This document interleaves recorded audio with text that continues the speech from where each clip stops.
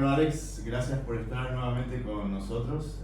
Ya te tuvimos una vez para hacerte una serie de preguntas y vinieron muchas más preguntas. Ahora tenemos una lista larga de preguntas que queremos hacerte en cuanto al tema de la iglesia, algunas prácticas. Se te escucha mencionar a veces el término o la frase el evangelio según Satanás. Y suena muy feo, suena raro eso. ¿Qué es eso? ¿Existe un evangelio de Satanás o a qué te referís cuando usas esa frase? Sí, bueno, antes que nada, muchas gracias. Para mí es un gusto estar acá con ustedes y bueno, poder charlar de la palabra de Dios, del mensaje que nos salvó, ¿verdad? Y también de cosas que por ahí no están tan bien en las iglesias en general. No es porque nosotros seamos jueces o nos pongamos a investigar todo lo que está mal, ni es nuestro enfoque. Nosotros hablamos de Cristo, de la palabra, lo exaltamos a Él, predicamos lo que está ahí, pero es necesario también, ¿no? Todos los profetas del Antiguo Testamento, y no es que nosotros nos creamos profetas, ¿no? Pero se dedicaban también no tanto a ver el tema del futuro, sino a ir en contra de la injusticia, ¿no? Entonces nosotros también como cristianos tenemos que también hablar, ¿verdad? Y a veces con nombre y apellido, no solo de las personas, sino de hablar de las prácticas que no están bien, que no son bíblicas, ¿no? Yo hablo del evangelio según Satanás. Creo que existe, obviamente es un evangelio falso, existe un solo evangelio, un evangelio bíblico, un evangelio bajo el cual podemos ser salvos, pero creo que existen mensajes falsos y a esos mensajes juntos le llaman el evangelio según Satanás. ¿Por qué? Porque creo que se originan en Satanás mismo, ¿verdad?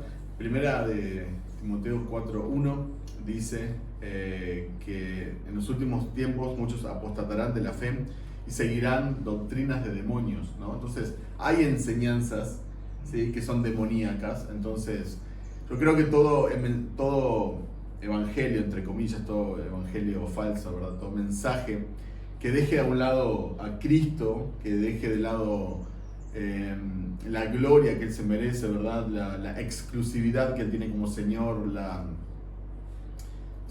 todo lo que opaque la gracia del Señor, todo lo que deje de lado los atributos de Dios, todo lo que sea aparte de las Escrituras y contrario a las Escrituras, todo lo que le añada, ¿verdad?, a lo que es la sola fe.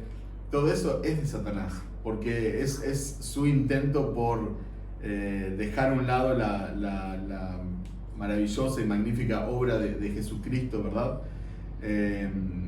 Y el consejo de la palabra de Dios. Entonces, cuando un predicador o un llamado pastor, cualquier líder religioso, ¿verdad?, se para adelante y enseña el camino de salvación, enseña cómo ser salvos, enseña cómo llegar a Dios, cómo tener paz para con Dios, y eso es diferente a lo que enseña la Escritura, y bueno, no nos puede dar lo mismo. Eso nos tiene que irritar, que molestar, ¿verdad?, porque es parte de nuestro amor por el Señor.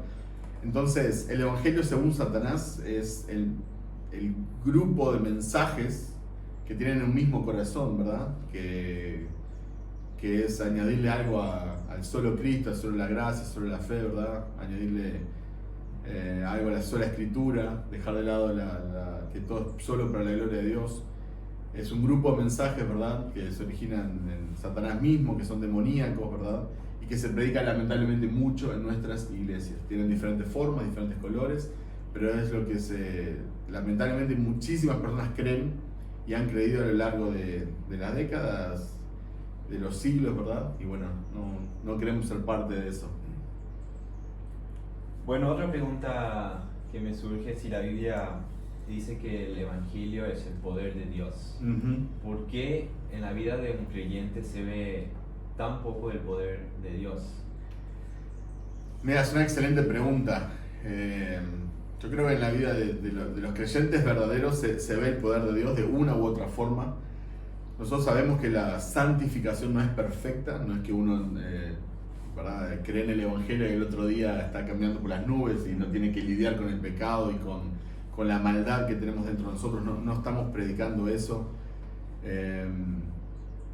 Pero sí nos llama la atención que hay muchas personas que profesan ser creyentes, que profesan ser cristianas, que van a las iglesias, a veces lideran iglesias o ministerios, van a hacer misiones a otros lugares, son populares en las redes sociales, ¿verdad?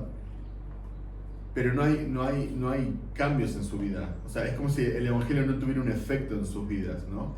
Entonces, eso es preocupante, porque como bien mencionaste vos, en Romanos 1:16 dice, ¿no? Que dice Pablo, no me avergüenzo del Evangelio porque es poder de Dios para salvación.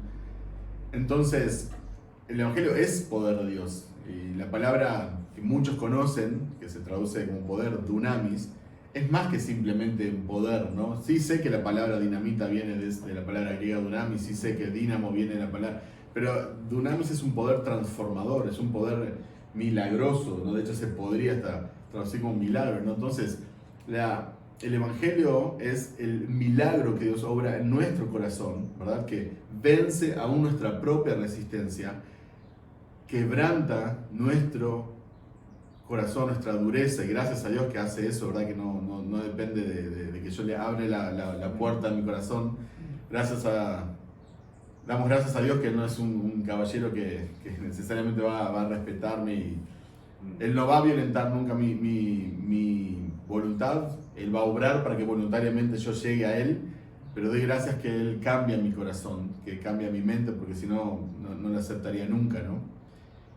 Entonces, ese poder que transforma mi corazón, que resplandece, es el mismo poder que, dice 2 Corintios 4, el mismo poder que hizo resplandecer la luz de las tinieblas, ¿verdad? Es el mismo poder que abre mis ojos, ¿verdad? Que están vendados por Satanás y me permiten ver la gloria de Cristo, ¿verdad? Ese mismo poder es el que también transforma mi vida.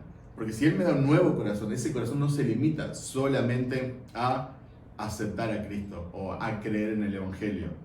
Porque como siempre decimos, el Evangelio es mucho más que solamente un ticket al cielo. El Evangelio no es solamente Jesús murió por tus pecados, créelo y bueno, vas al cielo, entonces tranquilo. Nosotros creemos también en la vida antes de la muerte, no solo después de la muerte, ¿no? Hay una vida que mientras estamos acá en la tierra la debemos vivir para la gloria de Dios, ¿verdad? Y en agradecimiento a su gracia. Entonces, el Evangelio y su poder no solo tienen el poder de transformar mi corazón para que yo pueda creer el Evangelio y el día de mañana pasar la eternidad en el cielo.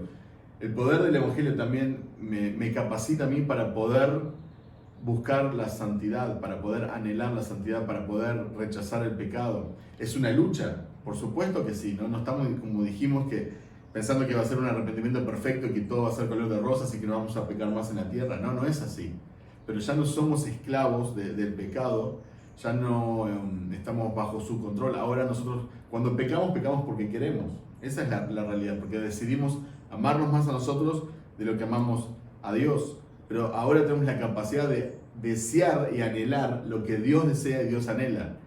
Por eso podemos regocijarnos en sus mandamientos. Y cuando no obedecemos, nosotros nos damos cuenta que el problema está en nosotros, que nosotros somos malos, aunque su ley es buena. Y eso es gracias al poder de Dios. Entonces, cuando nosotros vemos tantas personas profesando fe en Cristo, ¿verdad?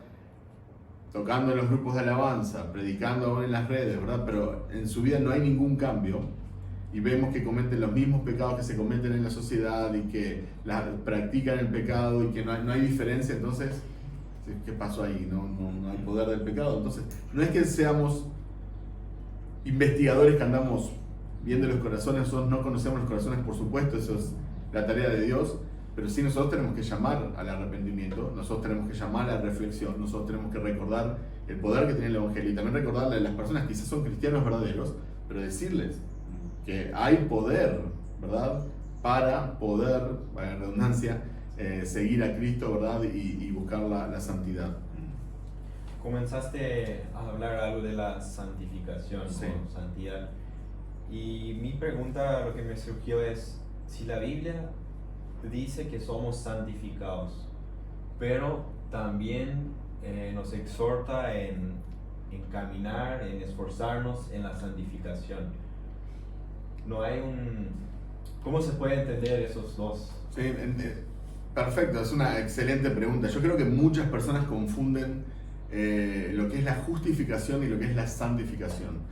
La justificación es la declaración de Dios, ¿verdad?, de nuestra inocencia. Es cuando se nos imputa, es un término legal, ¿no?, que podría usar un abogado, ¿no?, se nos imputa la justicia de Cristo. O sea, se nos traspasa la inocencia de Cristo, la vida perfecta de Cristo, la la bondad de Cristo, ¿verdad? La santidad de Cristo. Y nosotros le transferimos a Él. Ese es el acto de fe, el acto de confianza. Nosotros creemos que Él es el Salvador porque creemos, ¿verdad?, que es la única persona que puede ponerse en nuestro lugar, tomar nuestro pecado y también traspasarnos su santidad. Entonces, nosotros le transferimos a Él nuestra maldad, nuestra pecaminosidad, todos nuestros pecados, ¿verdad? El castigo que merecíamos, la condenación que merecíamos, y todo Él lo cargó en la cruz. Por eso Gálatas 3:13 dice, ¿no?, que Él nos redimió de la maldición de la ley al hacerse maldición por nosotros.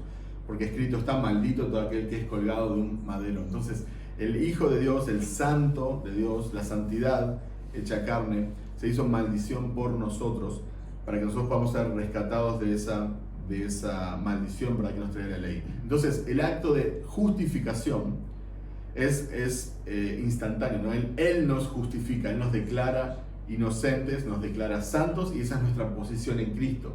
Ahora, la santificación es progresiva, ¿verdad? Y es lo que comienza en el momento de la justificación, ¿verdad? Y va a terminar, entre comillas, vamos a decir terminar, ¿verdad?, en el momento de la glorificación, cuando nosotros muéramos y estemos en la presencia de Dios.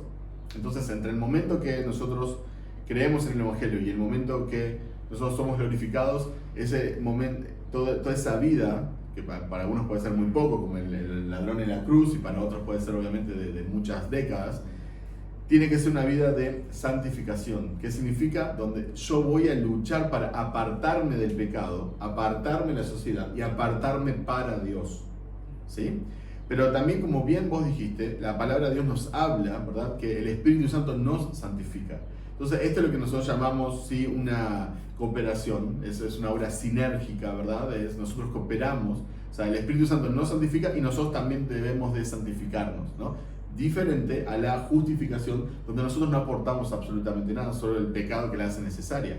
Es Él quien nos ama, es Él quien abre nuestros ojos, es Él quien nos regenera, ¿verdad? Es Él quien derrama su gracia, ¿verdad? Entonces, sí, eso produce que voluntariamente nosotros pongamos nuestra fe en Él y nosotros creamos en el Evangelio, pero eso es monérgico, es la obra de Dios, pero la santificación es sinérgica, ¿no? Entonces, creo que cuando la gente confunde estas dos cosas es donde se generan doctrinas incorrectas, ¿verdad?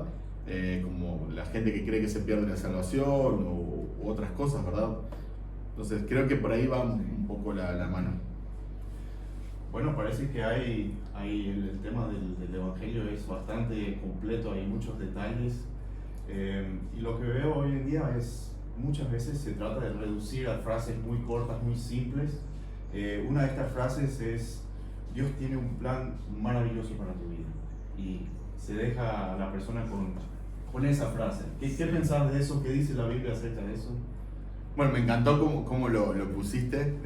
Creo que ese es el punto, que tratamos de reducir tanto y simplificar tanto el Evangelio, que a veces creo que pecamos, ¿verdad?, de terminar borrando el Evangelio, ¿no? El Evangelio no fue diseñado para ser simplificado, el Evangelio no fue diseñado para ser simplemente un amuleto, ¿verdad?, donde lo saco así como una píldora que me tomo y se solucionan los problemas. El Evangelio es mucho más profundo. De hecho, Juan dice, ¿no?, que de eso se va a tratar la eternidad, de conocerlo a Jesús, ¿no? Entonces nosotros vamos a necesitar toda una eternidad para conocer y profundizar el Evangelio. Nosotros por toda la eternidad, eso no entra en nuestras mentes infinitas, pero por toda la eternidad nosotros no vamos a dejar de maravillarnos del Evangelio, de la inmensa gracia de Dios, ¿verdad?, de la obra de Jesucristo. Nuestro amor va a crecer más y más, ¿verdad? Vamos a estar en absoluto encanto, vamos a estar fascinados, ¿verdad?, con el Evangelio por toda la eternidad, ¿no? Entonces, eso, no me quiero ir de tema, pero eso debería de comenzar ahora en la tierra, el día que nosotros creemos en Cristo, ¿no? Entonces, es para preocuparse cuando nosotros simplemente creemos intelectualmente: sí, Jesús murió por mí, ¿verdad? Y eso no produce nada en nosotros. Debe de haber una pasión, un fuego, ¿no? A Martin Lloyd Jones le preguntaron, ¿no?, qué es la teología. Él dijo: lógica en llamas, ¿no? O la teología o la predicación, la teología. ¿Qué es la predicación, no? Lógica en llamas, ¿no? Tiene que haber una pasión por el Evangelio, ¿verdad? Y por eso también la defensa del verdadero Evangelio, ¿no? ¿Por qué le decimos a la gente: Dios tiene un plan maravilloso para tu vida? ¿Qué entienden las personas cuando cuando escuchan un plan maravilloso para tu vida? Ese es un concepto muy mundano. Imagínate Esteban, ¿verdad? Dios tiene un plan maravilloso para tu vida, lo mataron a pedradas. Se entiende, y así podríamos poner cuántos hoy en día hay cristianos, personas que aman a Cristo, que pusieron su fe en Él, que son hijas, como personas, ¿no? Hijos de Dios, y terminan en la cárcel, o terminan torturados, y terminan perdiendo su vida, o pierden a sus familias, o pierden sus trabajos. Hay muchas personas que pagan un costo por seguir a Cristo, ¿no? Y nosotros no podemos venir y decirle, no, Dios tiene un plan maravilloso para tu vida, como si eso fuera simplemente que Dios los va a usar y Dios va a darles todo lo que quieren y va a cumplir los deseos de su corazón y los va a prosperar, porque eso es lo que va de la mano, ¿no? Ahora, si nosotros explicamos a una persona, yo no usaría esa frase, honestamente, no la uso, me parece que no es necesaria, no la encuentro en el Evangelio bíblico. Cuando abro la Biblia no es una frase que encuentre, no la uso. Ahora, si alguien le quiere explicar que el plan maravilloso es que Dios va a usar, ¿verdad?, esta vida para su honra y gloria, y que quizás van a venir dolores, y que quizás va a venir muerte, y que quizás va a venir persecución, y que quizás van a venir insultos, ¿verdad?, y que su vida no tiene valor fuera de Cristo, que nuestra vida es preciosa, dijo Pablo, ¿verdad?, pero apuntando al testimonio de la gracia de Dios. Fuera de la gracia de Dios en mi vida, ¿de qué sirve mi vida? Yo en el mundo podría ganar, o sea, una persona, un atleta puede ganar medallas, una persona, un intelectual puede ganar premios, pero ¿de qué sirve, verdad? ¿Qué valor tiene? Ahora, si la persona va a explicar que el plan maravilloso es que, bueno, va a ser usado para la gloria de Dios y que en la eternidad va a estar junto a Cristo en la gloria, y bueno, quizás hasta ahí hay un uso válido. Pero ¿qué entiende una persona cuando le decimos Dios tiene un plan maravilloso para tu vida? ¿Y qué viene después? ¿No? Dios va a llenar estadios contigo, Dios te va a prosperar, y todo donde pises la planta de tu pie. Y eso no lo encontramos en la Escritura. La invitación en la Escritura es ven y muere. Eso es el Evangelio, ven y muere. Moría vos mismo, ¿verdad? Moría el mundo, moría la sociedad, ¿verdad?, para vivir en Cristo, ¿no? Muchas veces esa muerte es literal. Entonces nosotros tenemos que dejar de simplificar el Evangelio y profundizar el Evangelio. Si necesitamos pasar horas con una persona explicando el Evangelio, gloria a Dios, ¿no? Que pasemos horas hablando del tesoro, ¿no?, que nos salvó. Muchas veces se escucha hoy en día que Dios te ama incondicionalmente. Pero bueno, también se dice que odia el pecado, sí, pero que a la persona ama, aunque esté en su vida natural, vamos a decirlo, sin un corazón nuevo. ¿Cómo se puede entender? ¿Está bien decirles que Dios te ama incondicionalmente? Bueno, esa es una excelente pregunta. El punto es, otra vez, ¿qué es lo que entiende la persona no cristiana cuando escucha, ¿verdad?, que Dios la ama incondicionalmente? Imagínate, ¿no?, que nosotros no conociéramos a Cristo, estamos muertos en nuestros delitos y pecados, amamos pecar, odiamos a Dios en el profundo de nuestro corazón, nosotros no queremos honrarlo, no queremos seguirlo, no queremos darle gracias, eso es lo que dice Romanos 1, y viene alguien y me habla, me dice, mira, Dios, existe un Dios todopoderoso, ¿verdad?, creador del cielo y la tierra, y Dios te ama incondicionalmente, así como sos. Ah, buenísimo, me encanta. Bueno. Sí, buenas noticias, ¿no? Me encanta, qué bueno. Entonces, no tengo que hacer nada, si me ama incondicionalmente. ¿Por qué debería aceptar a su hijo? ¿Por qué debería adorarlo? ¿Por qué debería seguirlo? ¿Por qué debería cambiar mi vida? ¿Por qué debería conocerlo más? ¿Por qué debería portarme bien? ¿Por qué debería hacer algo si no haciendo nada o siguiendo haciendo todo lo malo que hago, Él me ama incondicionalmente? Entonces, ¿qué entienden las personas? ¿Qué queremos generar nosotros cuando le decimos Dios te ama incondicionalmente? Voy a profundizar en el amor de Dios, voy a profundizar, si alguien nos está escuchando no corte todavía, pero ¿qué entiende la persona cuando le decimos que Dios la ama incondicionalmente? Ese es el problema. ¿Qué le estamos transmitiendo del Evangelio al decir esa frase? ¿Cuál es nuestra motivación? Nosotros no queremos ofender a la gente, no queremos perder a la gente, no queremos que la gente nos deje de hablar, no queremos que la gente nos deje de escuchar, ¿verdad? No queremos que deje de venir a la iglesia. Muchos pastores no quieren que la gente deje de ofrendar, aunque no sean cristianos. Entonces no queremos incomodarlos. Decirle a una persona que Dios la va a mandar al infierno, eso es incómodo, ¿verdad? Nosotros no queremos eso. Entonces es más fácil Dios también condicionalmente. Ahora, sin querer contradecirme, Dios ama a las personas, porque Dios es amor, ¿sí? Dios ama a las personas. Y existe un amor, también nosotros en la Biblia vemos la gracia común, ¿verdad? Que Dios hace salir el sol sobre personas justas y sobre personas injustas, ¿no? Dios hace llover sobre personas justas y personas injustas, ¿no? Entonces, eso es la gracia común. Y hay un amor de Dios, un amor paternal, que no significa que todas las personas sean hijas de Dios. La Biblia es clara en que solo las personas, ¿verdad?, que han sido regeneradas, que han nacido de nuevo, ¿verdad?, son hijas de Dios. Pero hay un amor paternal, por así explicarlo.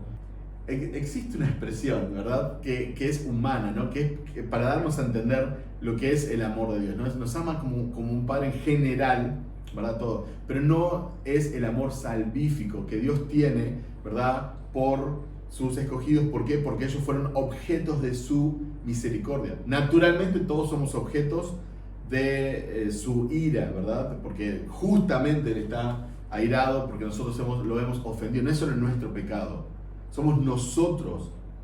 Yo ofendí a Dios, yo pequé contra Dios, ¿verdad? ¿Y a quién va a enviar al infierno? ¿A los pecados? No, a las personas. Entonces, Dios está, lo dice la palabra, ¿no?, Dios está irritado, Dios está enojado contra el pecador. Ahora, para algunos Él obviamente decidió tener misericordia y los hizo objetos de su amor, en amor, habiéndonos predestinado, ¿verdad? Nos amó. Entonces nosotros podemos acceder y disfrutar de un amor salvífico, ¿verdad?, que es un amor específico, que no es el amor ese paternal general que tiene por toda la creación, ¿no?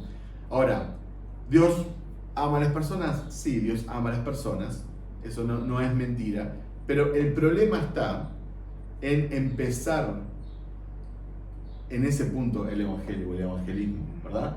Nosotros cuando vamos a evangelizar ahí no podemos empezar con la gracia común y Dios te ama tanto que hace salir el sol sobre vos y te manda lluvia porque te ama tanto y te diseñó así. No estoy diciendo, no es mentira, pero el evangelio comienza en Dios es santo. Ahí comienza el evangelio, Dios es santo y vos no. Entonces tenés un problema. Dios es justo y vos no. Dios es bueno y vos no. Hasta podés decir, Dios es amor, Dios te ama y vos no. Vos odias a Dios en la profunda de tu corazón. Necesitas arrepentirte, necesitas abrazar el evangelio, necesitas poner tu fe en Él. Porque si no, tu alma, el día que el último granito de arena en este reloj, ¿verdad?, caiga, el día que tu vida se apague, vos vas a pasar una eternidad en el infierno. Merecidamente, porque rechazaste el amor, ¿verdad?, que Él te ofreció en la salvación. Esa es la responsabilidad humana. Nosotros somos responsables. No hay nadie en el infierno que diga, no, a mí nadie me dijo nada del evangelio, a mí no, Cristo no, a mí no, Dios no me escogió, a mí. No hay excusa. Dice Romanos 1, no, estamos sin excusa. Entonces, la persona que rechaza el evangelio va a pasar una eternidad sin el evangelio, sin el amor de Dios, sin la salvación, sin la gracia, sin la fe, porque fue lo que rechazó. Entonces nosotros no podemos comenzar, ¿verdad? Dios te ama, tiene un plan maravilloso para tu vida. No, es Dios es santo, conoces a Dios, déjame hablarte de Dios. Vos no sos, vos sos un pecador. Entonces podemos, desde Adán y Eva podemos explicar, ¿verdad?, la separación que hay y que Él se hizo hombre en la persona de su Hijo y que Él es el único camino, que Él es la vida, que Él es la verdad, que no se puede llegar al Padre si no es a través de Jesús, que no hay otro nombre dado a los hombres bajo el cual podamos ser salvos, que Él es un camino angosto, es una puerta angosta, pero es una puerta de gozo, es donde en su presencia plenitud de gozo, donde está la verdadera vida, la vida eterna, la alegría, porque Él es digno de nuestra alabanza. O sea, todo lo que podemos hablar de los atributos de Dios, de la pecaminosidad del ser humano, de la necesidad de un Salvador, de quién es Cristo, y vamos a comenzar, Dios te ama y tiene un plan maravilloso para tu vida. Ahí está el error. que creo que estamos buscando más nuestra comodidad y nuestra paz y nuestra tranquilidad que realmente que la persona se convierta.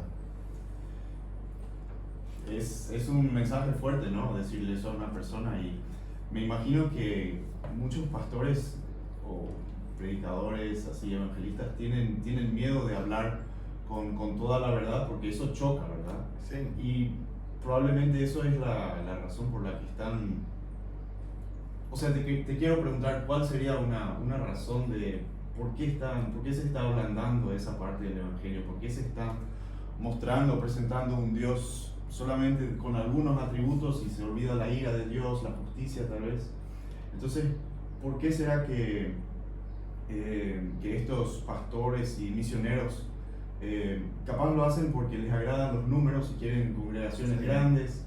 ¿Qué debe hacer un pastor en esa posición? ¿Está bien pensar en los números? ¿Está bien cambiar el mensaje para que venga más gente? ¿Y qué pensás de eso? ¿Qué dice la Biblia acerca de eso? Mira, bueno, ya que me preguntaste directamente qué dice la Biblia, Pablo dice en Gálatas 1, ¿sí? Ahí entre el 6 y el 10, el 6 y el 11, cuando dice que hay un solo evangelio verdadero, el evangelio de la gracia. Él dice, si yo buscara, dice, el favor de los hombres, ya no sería siervo de Cristo. Entonces nosotros no podemos servir a dos señores, no podemos servir a la sociedad, servir al mundo, ser agradable al mundo, ¿verdad? Y servir a Cristo. Cuando soy amigo del mundo, me constituyo enemigo de Dios.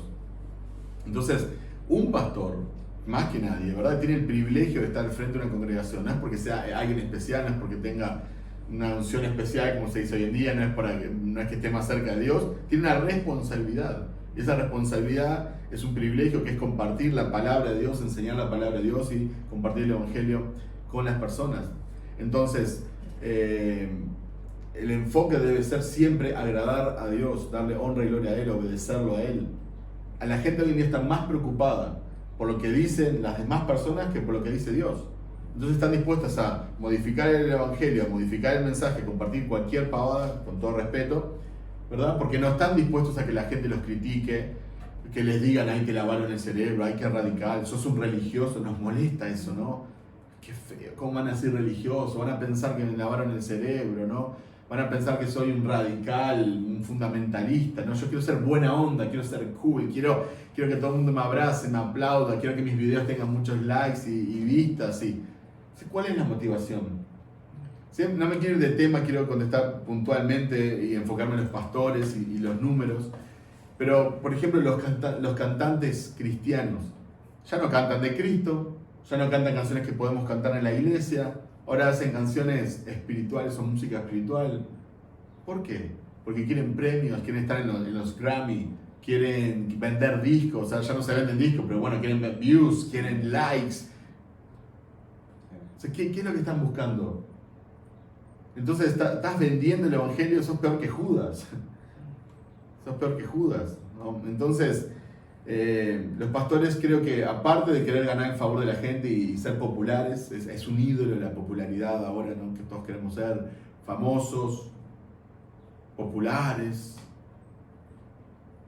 Eso es todo lo contrario del cristianismo. El cristianismo se trata de menguar, ¿verdad? Y que Cristo crezca en nosotros. Se trata de hacerlo a Él famoso, no nosotros. ¿Usamos los medios de comunicación? Sí. ¿Usamos la tecnología? Sí. Puede ser que Dios le dé popularidad a alguno de sus siervos, y sí, por supuesto, gracias a Dios que conocemos a un John MacArthur, a un R.C. Sproul, hasta un Spurgeon que ni siquiera está vivo, pero uno, gracias a Dios por la tecnología, desde la imprenta hasta la internet. Entonces Dios puede, obviamente, hacer que una persona quizás tenga popularidad, pero que sea Dios que decida eso, y que sea por tu fidelidad. No vendiendo el evangelio, ¿verdad? Y rebajando el evangelio y haciendo cosas que no tienen nada que ver con el cristianismo para ser conocidos y ser populares. Entonces, el tema de los pastores, misioneros, yo creo que hay un enfoque muy grande en los números, ¿verdad? Que nos gusta, ¿verdad? Entonces, le preguntas a pastores, sí, pastor, ¿cuántos miembros tiene tu iglesia? Oh, tenemos 200 miembros, ¿no? Y después vas a la iglesia y hay 35. Y todos los domingos es más o menos igual. Entonces, ¿tenés realmente 200 miembros o qué tenés? ¿Una lista de miembros bastante grande? ¿Qué son los que te diezman y apoyan? Entonces no los querés echar. ¿Cuál es el problema ahí? Si todos los domingos tenés 35 personas, gloria a Dios. Gloria a Dios. Son 35 almas. No es el punto de los números, el punto es por qué inflas los números. Los misioneros en sus reportes sacan la foto cuando hay asado, ¿no? Cuando está toda la comunidad ahí rodeado, niños, están regalando helados, ahí vienen todos, entonces, foto, ¿no? Nosotros, si vos predicás el Evangelio no es tan popular como regalar comida.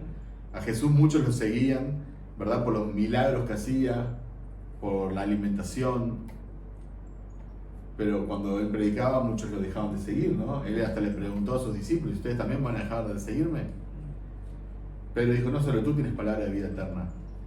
Entonces, si nosotros predicamos las palabras de vida eterna que están en Jesús y Dios nos permite tener una congregación grande, vienen muchas personas, o tener un canal de YouTube con muchos suscriptores, muchas visitas, bueno, gloria a Dios, y eso, si Dios lo quiere usar así, bárbaro. Pero si por predicar el mensaje bíblico me quieren apedrear, me insultan, nadie entra a ver mis videos o no llegan a la iglesia, gloria a Dios también. Entonces, los pastores y las personas que siguen a las pastores no deben de tener cuidado, ¿no? Con el tema de la motivación, ¿verdad? De los números, de la popularidad y todo eso. No solo los pastores, como dijimos, los cantantes cristianos, los misioneros. Vivimos en tiempos difíciles, cada vez va a ser más complicado y yo doy gracias a Dios por eso, ¿no? Ahora parece que en Occidente estamos viendo que podés ir preso por predicar el Evangelio, por predicar en contra de la homosexualidad, por predicar, no sé, de ciertos temas. Y bueno, yo creo que Dios está purificando la iglesia, gloria a Dios. Entonces debemos de tener cuidado con nuestras motivaciones y los números. En la Biblia vemos todo lo contrario. ¿No? Muchos son los llamados, pocos son los escogidos. Angosto es el camino, no estrecha es la puerta. Pocos son los que le siguen, ¿verdad? Muchos le dirán aquel día, Señor, Señor. Y Él les dirá, apartados de mí, hacedores de maldad. Entonces los números que encontramos en la Biblia no son muchos, no es grande, ¿no? Las cifras no es pocos. Un remanente fiel escogido por gracia. Nosotros tenemos que aprender también si debemos de aprender del corazón de Jesús, ¿no? De aprender de la humildad de Jesús, ¿no? Y poder vivir solo para su gloria, dejar de lado nuestra gloria, como Juan el Bautista, ¿no? Lo citábamos hoy, ¿no? Yo debo de menguar y él debe de crecer. Hoy en día uno se cruza o se encuentra con muchos cristianos que tal vez no tienen una iglesia local. ¿Y qué opinas acerca de eso? Tal vez hay diferentes motivos, unos no se quieren comprometer o la doctrina no es la misma. ¿Qué opinas acerca de estos cristianos que no tienen una iglesia local en donde congregarse? Bueno, otra muy buena pregunta. El único motivo para no congregarse en una iglesia local es que no existe una iglesia local en una distancia razonable de donde pueda ser parte.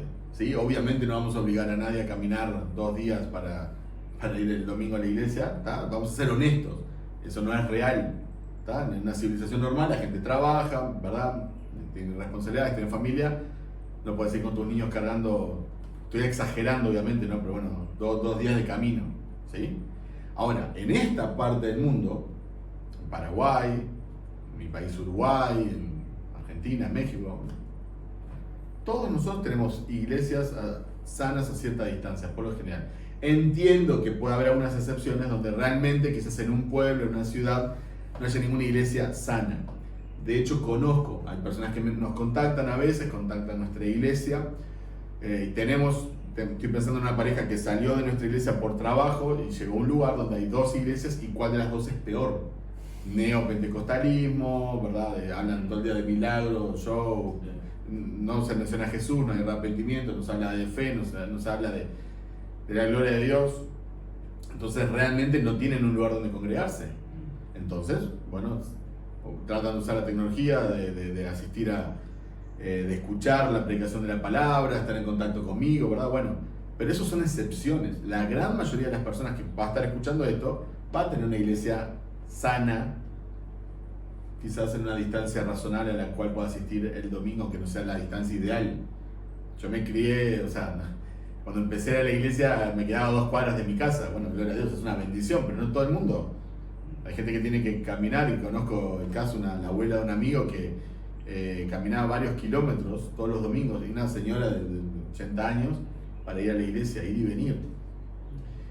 Entonces, cuando digo una iglesia sana, me refiero no a la iglesia por ahí, no voy a estar 100% de acuerdo con todos los puntos doctrinales. Ahora, yo personalmente, si es una iglesia donde están predicando a Cristo, predican la palabra del Señor, exaltan la palabra del Señor, hablan de la gracia del Señor, hablan de la fe, de la gloria del Señor. Y bueno, tengo una discrepancia por ahí en la escatología, no sé, en el bautismo, tengo una discrepancia con, no sé, temas que son menores. No estoy diciendo que esos temas no sean importantes, lo que estoy diciendo es que no son una excusa para no congregarme y estar con mis hermanos, ¿verdad? Puedo tomar esos temas como una oportunidad de escuchar otra postura, poder profundizar, ¿verdad? Pero voy a hablar de un ejemplo puntual, ¿no? Soy un bautista, por ahí si tenés una iglesia presbiteriana o viceversa, sos presbiteriano, tenés una iglesia, no sé, bautista reformada, bueno, congregate ahí. Me parece que no tenés que esperar a que se plante una iglesia de exactamente tu denominación y con la cual concuerdes 100% con tu declaración de fe. Entonces, si hay una iglesia sana, tenés que ir ahora. Obviamente tenemos que tratar de ir a la iglesia más sana y tenemos que tratar de ir a un lugar donde se predique la palabra. Y como digo, puedo entender donde quizás haya lugares donde no hay y son situaciones puntuales. Lo que está mal, otro tema aparte, es cuando los que profesan ser cristianos no quieren congregarse. Eso está mal. Porque nosotros, la iglesia es el cuerpo de Cristo, ¿verdad?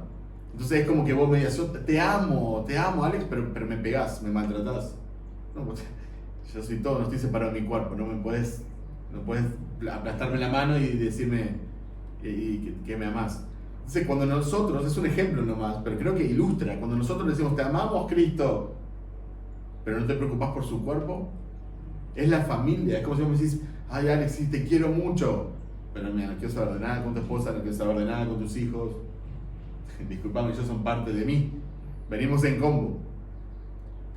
Entonces, el no deseo de congregarse es algo grave, preocupante. Puede haber muy malos conceptos quizás detrás, malas enseñanzas. Quizás hay personas que sí que están lastimadas, que han sido dañadas, pero no es excusa. La Biblia dice, Hebreos 10:25, no se dejen de congregar como algunos tienen por costumbre. No, es un mandamiento, nosotros tenemos que congregarnos, ¿sí? Quizás no hay un templo grande, formal, quizás es una reunión entre hermanos, ¿verdad? Hay un liderazgo, hay predicación de la palabra de Dios, se participa en la cena del Señor. Eso es una iglesia. No estoy diciendo que tenés que tener una organización, una institución, la iglesia, hermanos, pastores, la enseñanza, la instrucción bíblica. Entonces, eso no es opcional. Y lamentablemente vivimos en un tiempo donde las personas se congregan desde el sofá. La iglesia del sofá. Un día vamos a predicar eso, la iglesia del sofá. Me quedo sentado, pongo el aire, ¿verdad? Y pongo el predicador. Si no me gusta... Consumir, ¿no? Sí, es como consumir, es como el supermercado. Esto me gusta, esto me sirve, esto no. Entonces, está medio aburrido el predicador, entonces cambio. O cambio de canal, voy a otro... A ver, este pastor está predicando otro tema que me interesa más, me gusta, o es más dinámico. Eso no es iglesia. Eso no es iglesia. Obviamente que todos nosotros podemos acceder a pastores que tienen una erudición hermosa, que hablan súper bien, que conocen las escrituras, y todos nos beneficiamos de eso. Pero no tiene nada que ver con la iglesia local. La iglesia local tenés que sentarte al lado de un hermano, quizás este hermano tiene aún muchas cosas que cambiar y la verdad que no disfrutás tanto, ¿verdad? Pero él está en proceso, al igual que vos estás en proceso, y así como vos tenés que ser paciente para con los demás tienen que ser pacientes contigo, y no todo es color de rosa. A veces hay frío, a veces hay calor, a veces hay mosquitos, depende obviamente de dónde te congregues, la ciudad, el campo, la situación económica de la iglesia. A veces la silla es cómoda, a veces no, a veces el banco es duro, a veces no. Pero eso es la iglesia, porque es la vida real, no es virtual. Eso es lo que el mundo quiere, que nosotros... ¿Cuál es el problema de lo virtual? ¿Verdad? Que no tiene intimidad. Entonces Dios quiere que nosotros tengamos intimidad, ¿no? Con su cuerpo, con su familia, con la iglesia, que es nuestra familia, y con Él, a través de los medios de la gracia, ¿verdad? La aplicación de la palabra, la oración, ¿verdad? El congregarnos. pero Satanás quiere que nosotros todo virtual. Entonces, ¿qué es lo que no tenemos? Intimidad. Tenemos la sensación de intimidad. Hay gente que puede conocer un pastor, quizás, ¿viste? Conocerlo por internet, ¿no? O sea, tiene la sensación de que conoce íntimamente al pastor y le puede hasta pedir un consejo, pero el pastor no sabe nada de su vida. Entonces, eso es lo que hace Satanás detrás. No es que un día estoy enfermo, no puedo ir a la iglesia, no está mal poner el culto si lo transmiten online, ¿verdad? Y escuchar la palabra, no está mal eso. El punto es el concepto ese de iglesia virtual, o de me congrego por internet, o el punto de no querer congregarnos. Nos tenemos que congregar frente a un pastor o un grupo de pastores, ¿no? Un liderazgo, ¿verdad? Que son humanos, que se equivocan al hablar, que no pueden editar en el momento, van a decir una palabra incorrecta, que van a citar mal un pasaje, que van a estornudar, porque esa es la vida real, porque cuando yo llego a mi casa, la vida es real.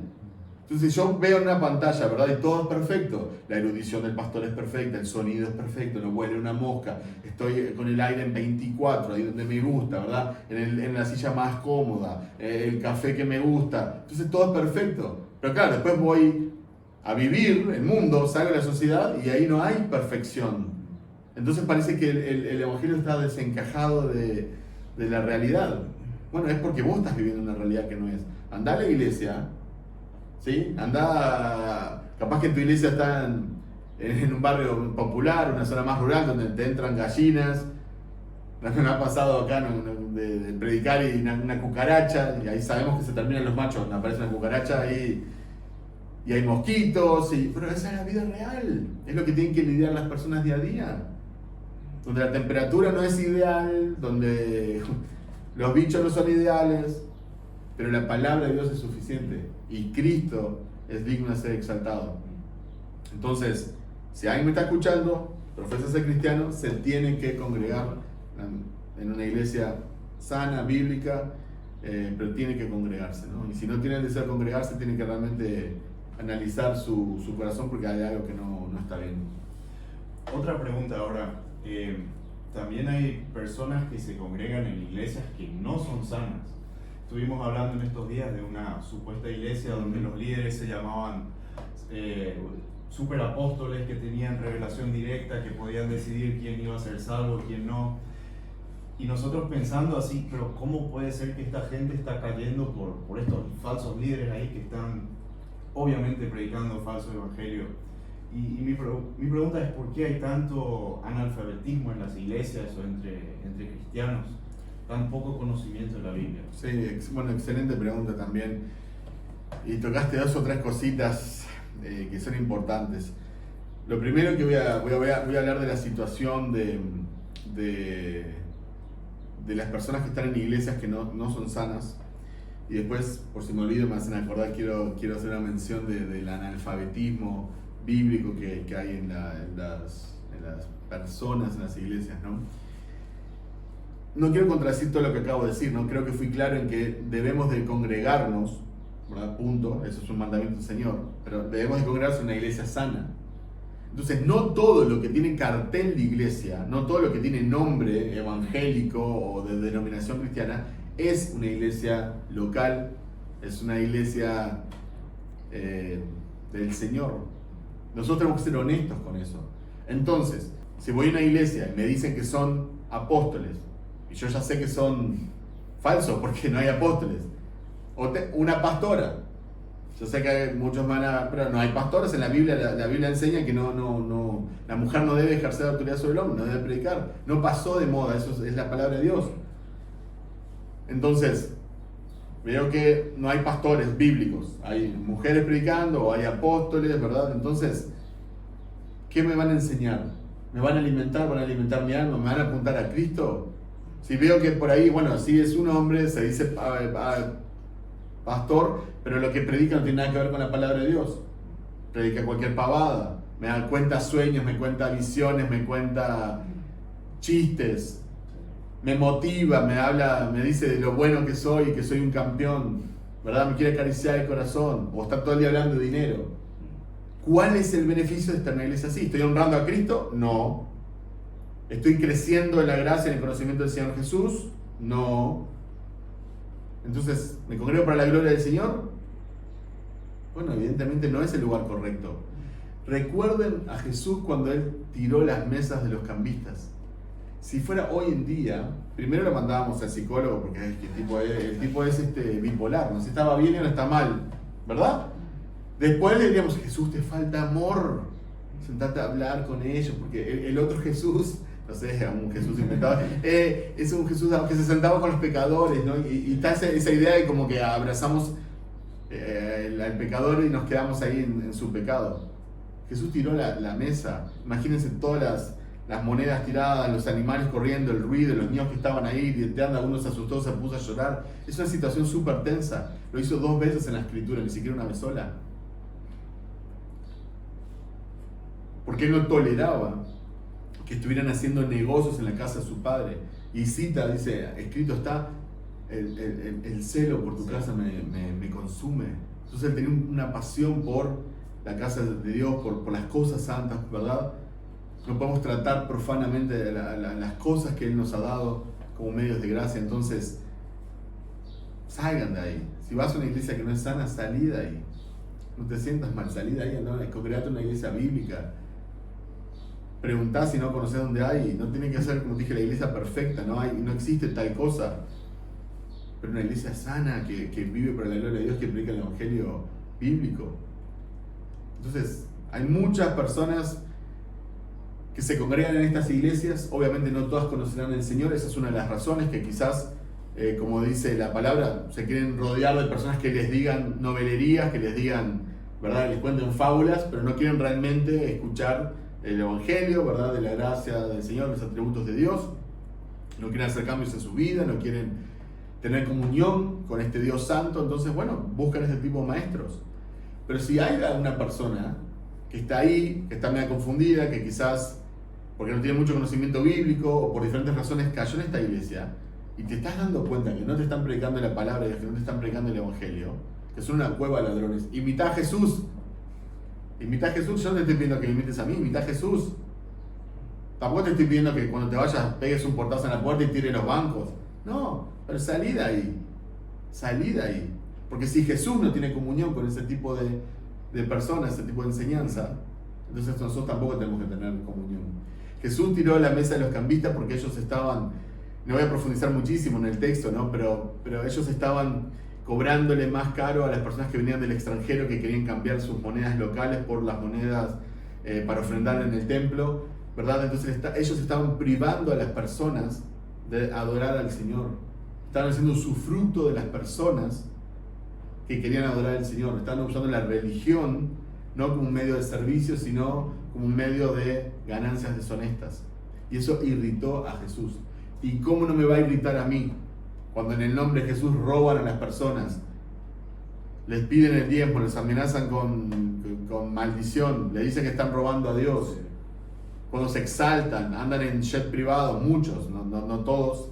Hay otros que son más disimulados, pero tienen buenos autos, buenas casas, ¿verdad? La gente a veces no tiene para comer, no tiene para llevarle el plato de comida a sus hijos, no tienen para tomarse un ómnibus, un colectivo, andan a pie, pero llevan toda la plata. Estamos como en el tiempo de Lutero, cuando la gente pagaba las indulgencias, ¿verdad?, para rescatar a alguna persona que se había muerto, ¿no?, por si estaba en el purgatorio o algo. Entonces, ¿por qué no nos consume la misma pasión, el mismo celo que tenía Jesucristo? Entonces, personas que están en iglesias que no son sanas, salgan de ahí, ¿sí? O iglesias que no están predicando el evangelio, que no tienen líderes bíblicos, salgan de ahí, salgan con gozo y congréguense en un lugar sano, ¿sí? Y después las personas, si estás hace años en la iglesia y no conoces las escrituras, no conoces el evangelio, no conoces los atributos de Dios, ¿de quién es la culpa de que seas tan ignorante bíblicamente? ¿De quién es la culpa de que seas tan analfabeto? Y no estoy hablando porque la gente está pensando que seas, personas que no saben leer y escribir. No. Hay personas que aman al Señor, que no tuvieron la oportunidad de aprender a leer y escribir y conocen más las escrituras que gente que está en la universidad. Acá estoy hablando de la responsabilidad, ¿verdad?, de no abrazar la sana doctrina, de conformarnos a cualquier doctrina de demonio. Eso es lo que estoy hablando, de ser ignorante de las escrituras a pesar de estar años en la iglesia, de no conocer el evangelio. Eso es lo que estoy hablando. Entonces, ahí hay una responsabilidad personal. Entonces, Líderes falsos, iglesias falsas, son responsables. Nosotros tenemos que salir de ahí. Pero también, si no conocen las escrituras, ¿de quién es la responsabilidad? Porque hoy en día, en esta parte del mundo por lo menos, todo el mundo tiene acceso a la palabra de Dios. Entonces es nuestra responsabilidad. No podemos decir que no, pero el pastor estudió teología, yo puedo confiar en él porque él sabe mejor que yo. ¿Podemos usar esa frase o ese razonamiento? Y por supuesto que no, porque primero que el pastor no es un medio. Eso es lo que quieren los falsos profetas, ¿verdad? Son un peaje, ¿no? Jesús es el camino, para ellos son el peaje. Te cobran para llegar a Dios, ¿verdad? Pero no es un intermediario. Nosotros no somos católicos que tenemos esta María mediadora entre Dios y los hombres. Nosotros tenemos libre acceso al trono de la gracia, Hebreos 4:16. Entonces, el pastor lo que tiene es el tiempo, por lo general, cuando está a tiempo completo, de preparar un sermón, ¿verdad? De hacer consejería, ¿verdad? De velar por las almas, de sobrever, que es una de las palabras, uno de los significados que encontramos en las palabras bíblicas, ¿no? De sobrever la iglesia, ¿verdad? Entonces ellos, los pastores, vamos a rendir cuenta de las personas, ¿sí? Que Dios nos ha confiado. Entonces, por lo general los pastores tienen recursos, ¿verdad? O herramientas, ¿no?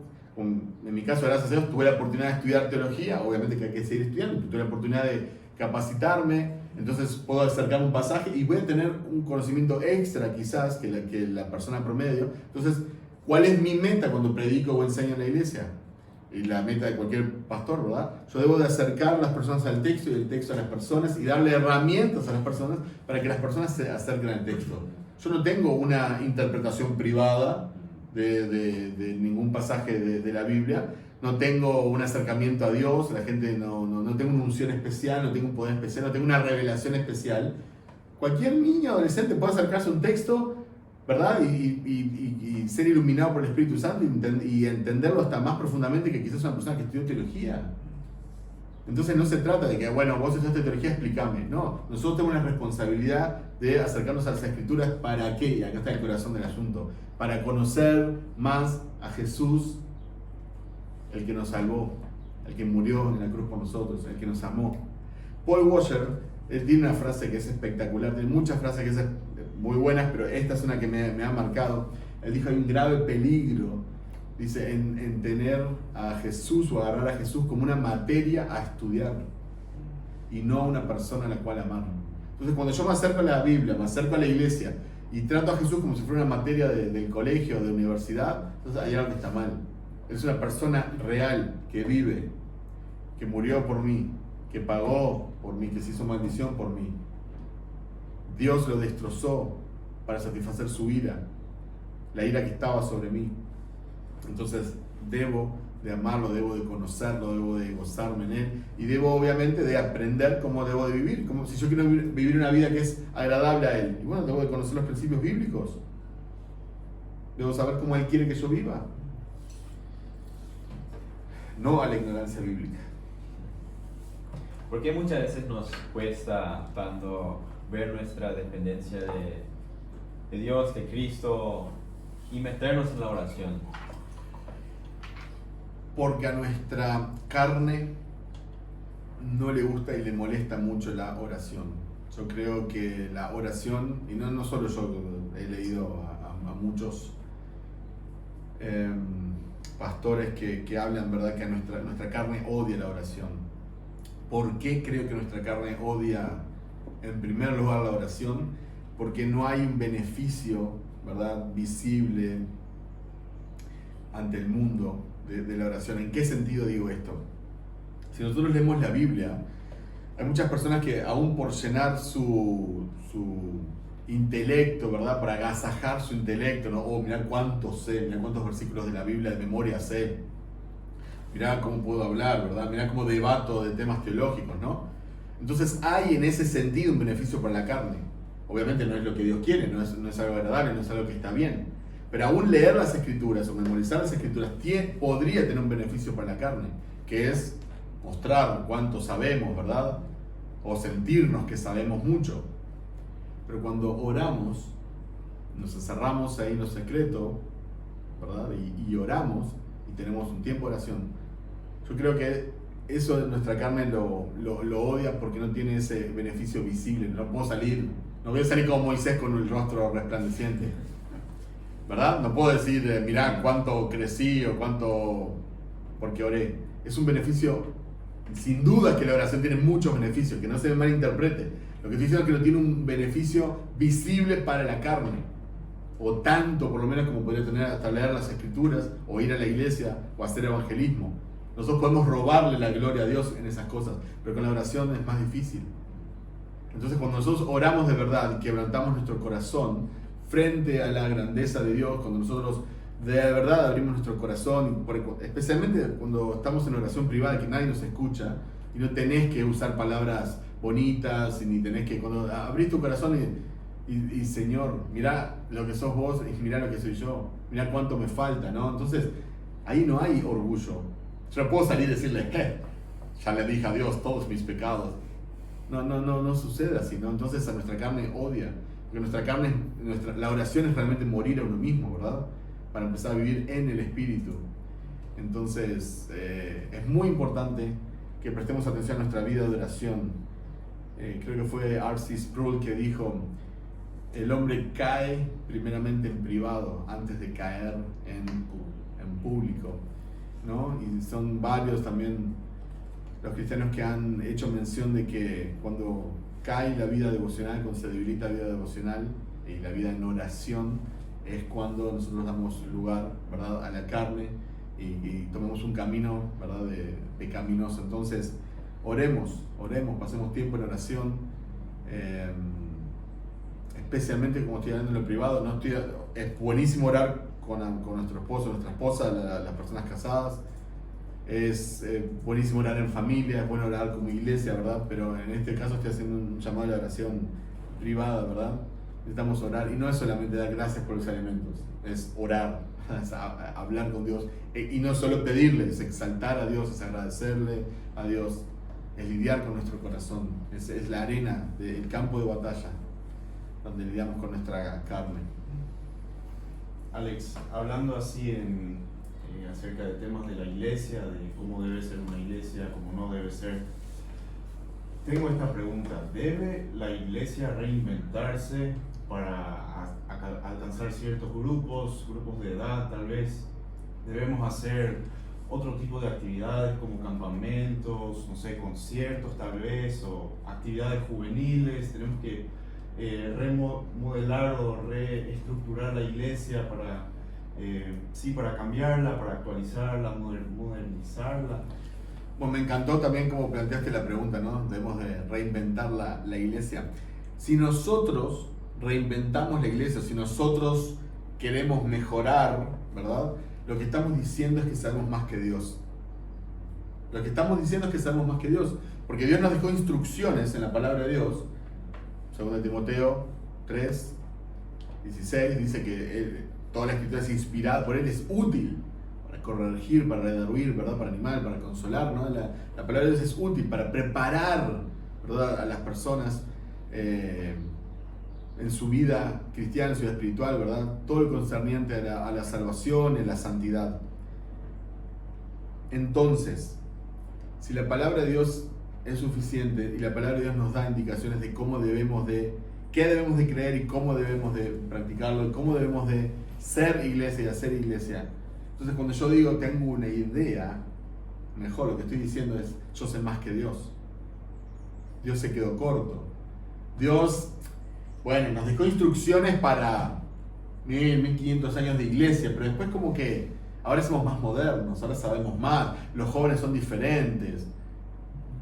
¿Vos pensás que Dios no tenía en mente que se iba a crear el celular? ¿O quién crees que inspiró la mente de los ingenieros? ¿Quién crees que les da el aire que respiran los ingenieros que trabajan en Mac?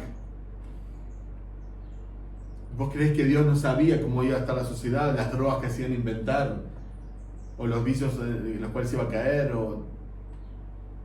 Nosotros no sabemos más que Dios. Entonces, la Biblia es supracultural. La Biblia va más allá de la cultura, va más allá de las edades. La Biblia va más allá, ¿verdad?, de las circunstancias en las que pueden estar las personas. Porque es la palabra de Dios, inspirada por su Espíritu. Entonces, la palabra de Dios es suficiente.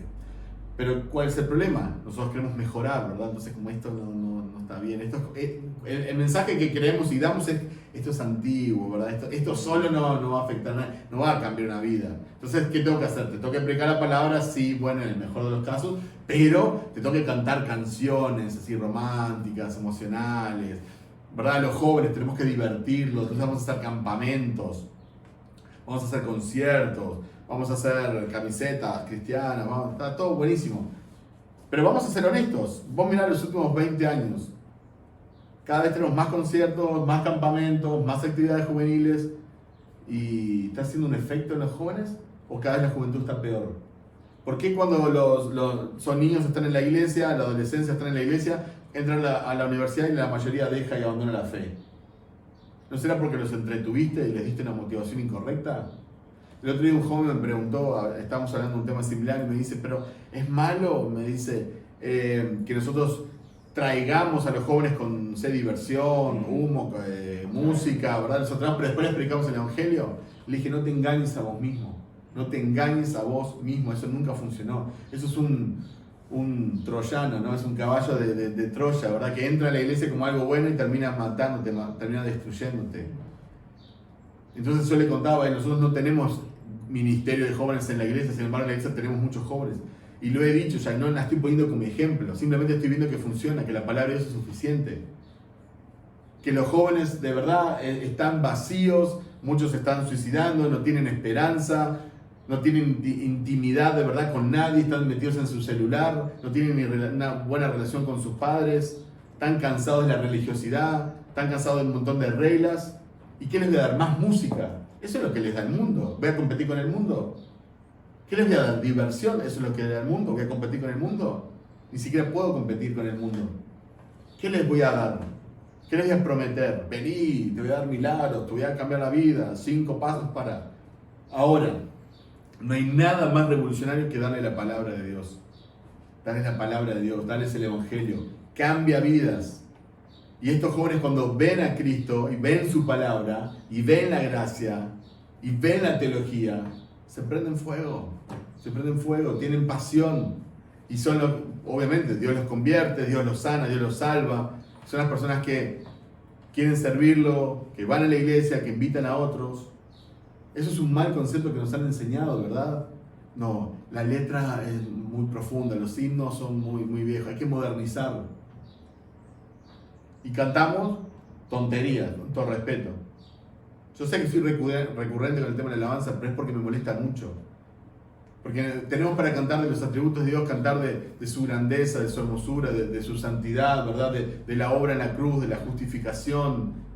¿Y qué cantamos? Abrázame, tócame, tengo hambre, quiero correr, libre para saltar, quiero cantar con la música del cielo. O sea, ¿really? What? ¿Qué estamos hablando? Cuando podemos cantar, ¿verdad?, sobre los atributos de Dios, sobre lo que Él ha hecho en nosotros. Nosotros cantamos canciones que te emocionan de verdad. Cantás canciones, ¿no?, de que hablan de lo que Él hizo en la cruz por nosotros. Hay una canción muy antigua, ustedes la van a conocer, un himno muy antiguo, que ahora hay muchas versiones que lo han suavizado. Pero la canción original es espectacular, es una fuente llena de sangre. Y dice, una fuente llena de sangre que fluyen o que emanan de las venas de Emmanuel. Mirá todo lo teológico que hay en eso, ¿no? Dios con nosotros, Dios se hizo hombre, vino a este mundo, ¿verdad? Y derramó su sangre, literal, para darnos vida. Y Jesús es una fuente llena de sangre a la cual yo puedo recurrir, no solo el día de mi salvación, sino cada día de mi vida, para luchar contra mi corazón malvado, para luchar contra el pecado, para enfrentar la vida, para tener esperanza. Con ese tipo de canciones es que voy de gloria en gloria y conozco más el Evangelio y profundizo.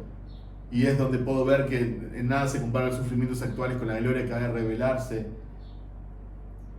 Cantamos el Evangelio, crecemos el Evangelio juntos. Ahora, cuando cantamos pavadas, repetimos 14 veces lo mismo y tiene tonterito romántico, no mencionas a Jesús, y bueno, entonces a mí no me extraña que después dejes la iglesia, porque realmente nunca conociste al Señor. Y lo digo con tristeza, no conociste al Señor, nunca le cantaste al Señor, nunca escuchaste su palabra. En nuestra iglesia, los sábados de noche, en lugar de tener grupo de jóvenes y llenarlos de actividades y juegos y pizza y Coca-Cola, ¿verdad?, para atraerlos y que después vengan de vuelta por la misma motivación, ¿qué hacemos? Estudios bíblicos, estudios teológicos, teología sistemática. Ahora en este momento estamos hablando de la reforma. Hay muchas iglesias que van a estar ahora posteando en octubre, ¿verdad? No al Halloween, sí a la vida y todo eso. Yo nunca hablo de Halloween. No porque me guste Halloween o participe de Halloween. Es porque creo que es otro caballito de batalla que se metió de Troya, que se metió en la iglesia. Si tu iglesia habla todo el día de Halloween, vas a terminar exaltando Halloween. Si no fuera por la iglesia, yo ni conocería Halloween acá. Y no hablas de la reforma, no hablas de Lutero, no hablas de los reformadores, no hablas de Calvino, no hablas de lo que... Entonces, esto es un llamado a prestar atención, a abrir los ojos. ¿Qué estamos haciendo? Entonces, no es que esté mal hacer un campamento. Quizás el campamento tiene el propósito de apartar a las familias, hasta a los jóvenes, bueno, y darles la palabra. Yo entiendo que todo puede tener un uso bueno. Pero tenemos que tener cuidado con eso, con los caballitos de Troya que se están metiendo dentro de la iglesia. La palabra es suficiente, no necesitamos tanto entretenimiento. Otra pregunta que me vino ahora hablando de esos intentos de cambiar un poco la iglesia, adaptarla. Aparentemente hay un tema nuevo que apareció que en estos 2000 años de iglesia nunca apareció y que ahora la iglesia necesita una super solución. Y es el tema de cómo tratar con la homosexualidad. Si bien la Biblia es clara, parece que no está tan clara en cuanto a cómo debe ser el trato de la iglesia hacia los que tienen tentaciones homosexuales. Pregunto, ¿tenemos que crear espacios para que ellos se sientan bien, para que se sientan amados, bienvenidos? ¿O cómo debe ser la reacción o el acercamiento de la iglesia a este tema y a estas personas? Me encantó la pregunta. Y voy a tratar de contestarla lo más directo posible, ¿sí? ¿Por qué le damos un trato diferencial a un determinado pecado? ¿La homosexualidad es pecado o no es pecado? Sí. Es pecado. ¿El homosexual es un pecador o no es un pecador? Sí. ¿Por qué le damos un trato diferencial? Porque estamos preocupados de que se ofenda, que venga a la iglesia. ¿De dónde viene eso? Eso viene de la psicología. No sé de dónde viene, la verdad te digo, ¿no? De Satanás, sin duda que viene Satanás, y tener el evangelio es un Satanás. No sé. Vos imaginate que yo me parara el domingo en la iglesia y dijera, hermanos adúlteros, todos aquellos que están engañando a su esposa, engañando a su esposo. Los asesinos. Sí, asesino, mira, homicida. Te amamos, homicida. No queremos que te sientas. Pedimos perdón porque la iglesia le ha fallado a los homicidas. Hemos criticado a los homicidas y no le hablamos a los homicidas con el amor de Cristo. Ven, homicida. Voy a ser más claro todavía para que quede claro, ¿no? Pero, y espero que me entiendan, ¿no? Imagínate un abusador de niños. ¡Pedófilo! ¡Abusador de niños! Te amamos. Tiene que quedar claro que te amamos. Te amamos como eres, como estás. ¿Por qué no tratamos los demás pecados así? El asesino es asesino, o el homicida es homicida, el pedófilo es pedófilo, el adúltero es adúltero, el ladrón es ladrón, el envidioso es envidioso, pero el homosexual, ya sea hombre, sea mujer, le damos un trato diferencial. Y eso, a mí no me preocupa que la sociedad cree en eso, no me preocupa porque la sociedad no conoce a Cristo. O sea, que la sociedad, ahora que mucha gente me critique a mí por decir esto y me digan, no tenés amor, y eso es normal, está bien. O sea, no está bien que temporalmente, es lo normal. Sí, ¿Sabes? Mi problema es cuando la iglesia, ¿en qué nos hemos convertido? ¿Dónde estamos? Ahora, bajando esto, y no me quiero contradecir, pero bajando un poco en la práctica, en nuestra iglesia nosotros tenemos personas que han practicado la homosexualidad o hasta quizás luchan aún con esa tentación, como muchas personas luchan con diferentes tentaciones. Pueden haber personas que nos visiten, que sean homosexuales, ¿verdad? Pero no cambia el evangelio. Yo abrazo, si viene un homosexual le puedo abrazar, le puedo dar la bienvenida, lo puedo tratar bien, con dignidad, es una creación de Dios, como podría abrazar a un asesino quizás cuando hacemos ministerio en la cárcel y hablamos con un homicida, o una persona que, no sé, Hay muchas personas que han hecho muchas cosas malas que están en nuestras iglesias, pero han recibido la gracia de Dios. Y nosotros las tratamos con dignidad, pero el evangelio no cambia. Yo, sí, amo al homosexual igual que amo a la persona que está al lado, pero no le voy a modificar el evangelio para que se sienta cómodo, ni voy a rebajarlo. Es pecado. Y la Biblia está clara, de Génesis a Apocalipsis. No es solo un versículo bíblico, no es solo en el Antiguo Testamento, son varios autores y es muy clara la evidencia. El homosexualismo en primera instancia es inmoralidad sexual. Aparte que va contra el plan original de Dios, que Dios los creó hombre y los creó mujer. Entonces, yo quiero agradar a Cristo. Ojo, me falta mucho para agradar a Cristo, por eso es que quiero agradarlo. Porque no es que estoy así sentado entre nubes y no, quiero agradar a Cristo y me cuesta muchas veces agradar a Cristo. Entonces, yo voy a predicar lo que tengo que predicar y como lo debo de hacer. No quiero, yo sé que hay gente que no dice esto porque me van a cerrar la iglesia, o me van a meter preso, o voy a perder, o no voy a vender libros, o me van a dejar de seguir. Pero ¿qué te importa todo eso a la luz de la eternidad? Hablamos de los héroes de la fe en Hebreos 11, o hablamos de los reformadores, o hablamos de los puritanos ingleses, o hablamos de los padres de la iglesia, hablamos de los misioneros. Pues, son los héroes de la fe. Pero nosotros no los imitamos, nosotros queremos agradar al mundo. Entonces, no es así. El homosexualismo es pecado. Ahora, ¿hay solución para el pecado? Sí, por supuesto, es la gracia de Dios, el Evangelio de Cristo. Pero no es una gracia especial para homosexuales, no es un salvador especial para homosexuales. Es más, vos no te vas, si me está escuchando un homosexual, vos no te vas al infierno por ser homosexual. Te vas al infierno por rechazar a Cristo. Y tenés muchos pecados más, solo que este es el que es popular y es visible. Vos sos tremendo egocéntrico por lo general. Los homosexuales son personas que se victimizan. Lo sé que muchos de ellos han sufrido muchas cosas horribles, abuso, abandono del padre, y lamentablemente Satanás ha usado eso y ellos han creído esas mentiras. Y lo digo con respeto y con tristeza. Ahora estoy hablando a la iglesia, estoy haciendo un llamado a la iglesia. ¿Sí? Yo no estoy diciendo que tenés que tratar mal a un homosexual, no estoy diciendo eso. Si un día yo veo en la calle que le están pegando a un homosexual, yo voy a dar mi vida por defender al homosexual porque soy cristiano. Y como hombre de verdad cristiano, yo tengo que defender a esa persona. No estamos en la época del Antiguo Testamento donde se apedreaban los adúlteros y demás. Yo voy a dar mi vida por defenderlo. Y le voy a dar la bienvenida a la iglesia y saben, aquellos homosexuales con los cuales hemos hablado, que los he tratado y mi casa ha estado abierta, mi familia ha estado abierta. Pero la gracia no cambia, el Evangelio no cambia, Cristo no cambia, la palabra de Dios no cambia.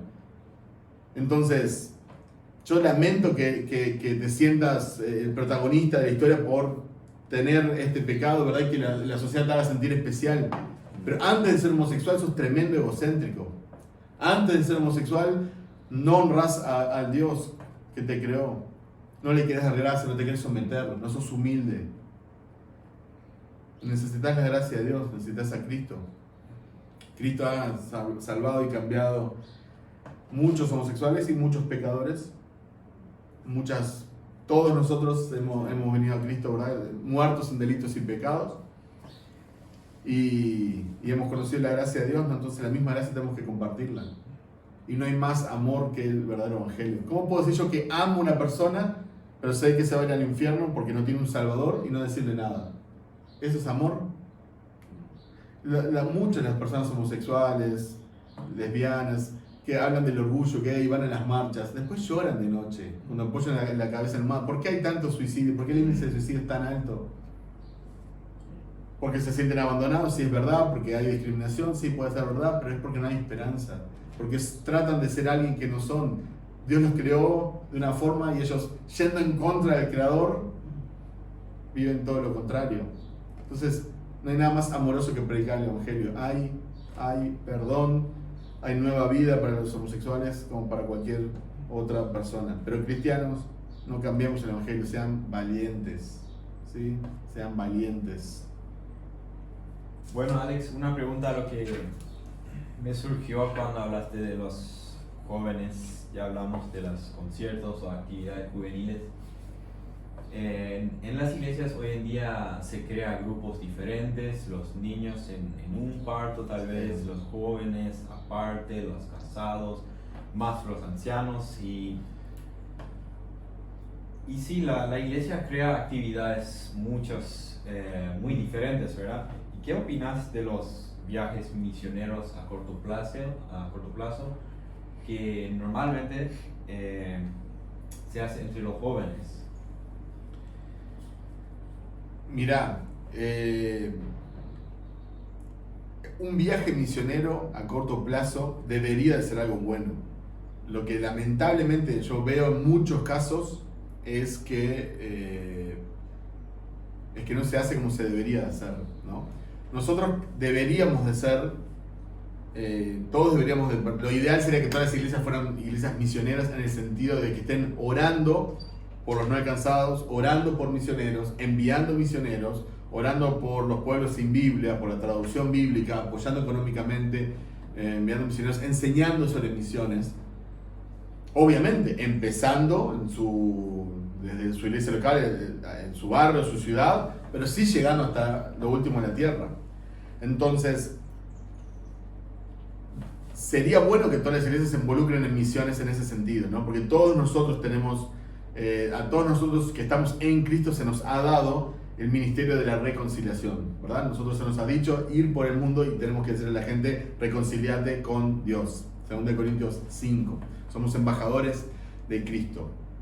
Ahora, lo que vemos en las iglesias en muchos casos es eso, no es un viaje misionero a corto plazo para darle una experiencia a un joven que quizás está interesado en misiones o que lo está viendo como una posibilidad, ¿verdad? Y que le va a ayudar a madurar, quizás ir con una familia misionera, ser parte de un ministerio por un par de semanas, un mes o lo que sea.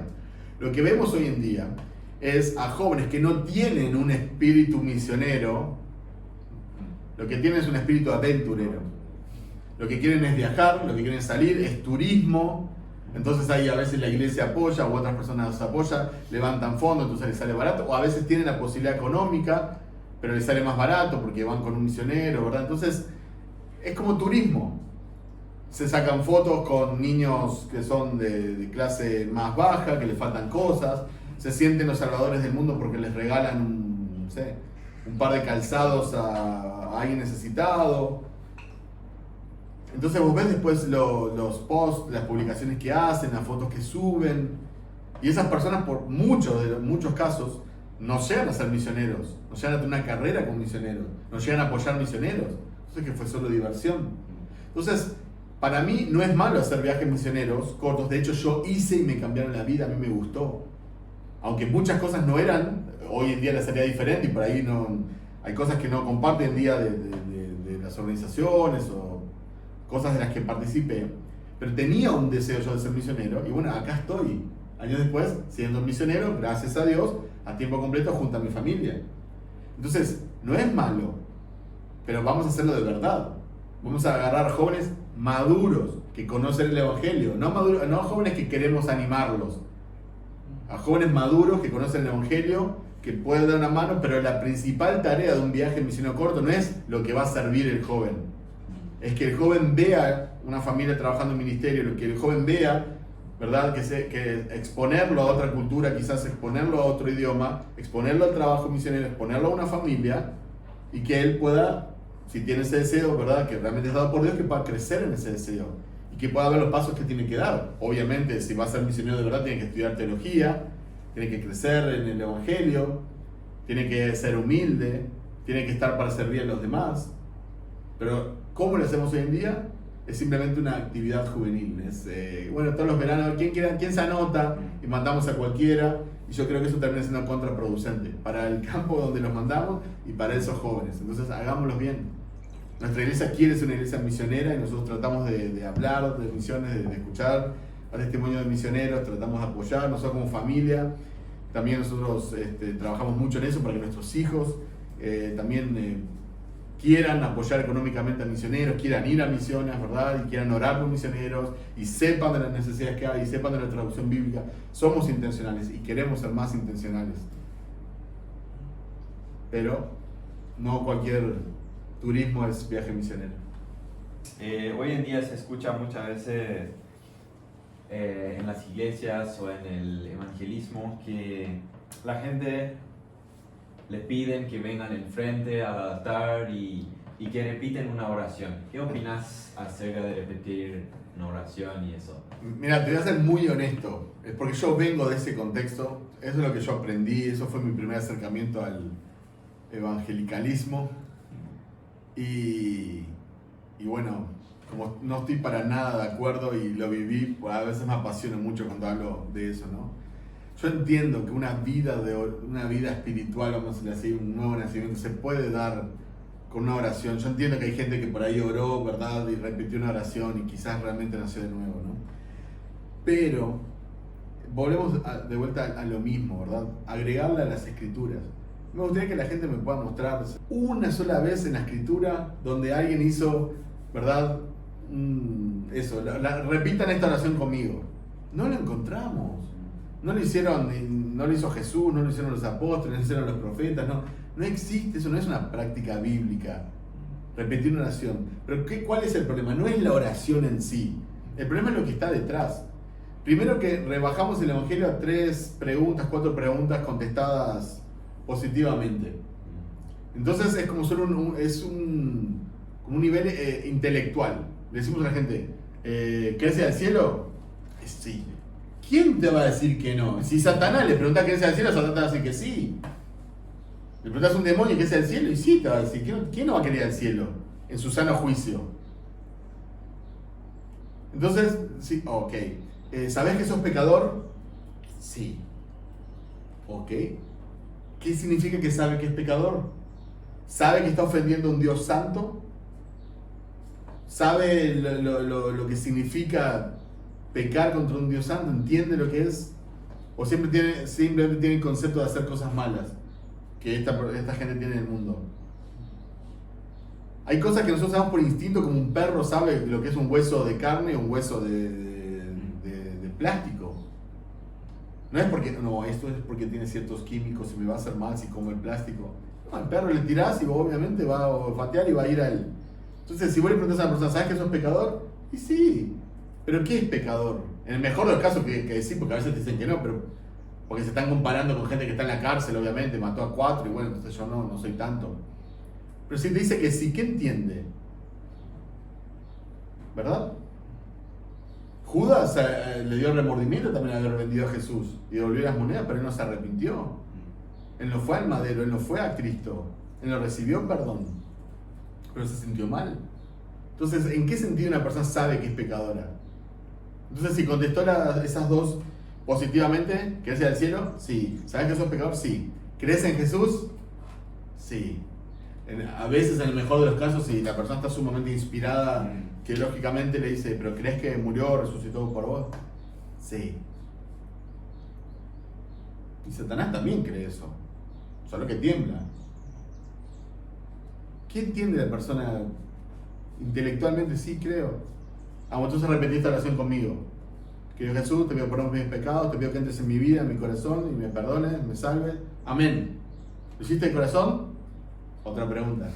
Sí. ¿Sos salvo?